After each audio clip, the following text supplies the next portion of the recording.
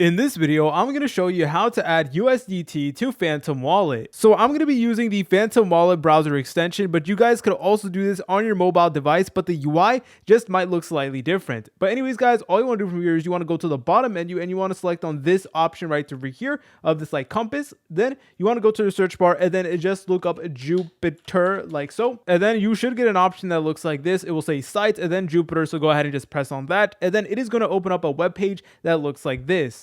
Now, on the top right, you want to go ahead and make sure that your wallet is connected to Jupiter, which we already connected. However, if it's your first time ever using Jupiter, then you will need to go ahead and connect your wallets over there.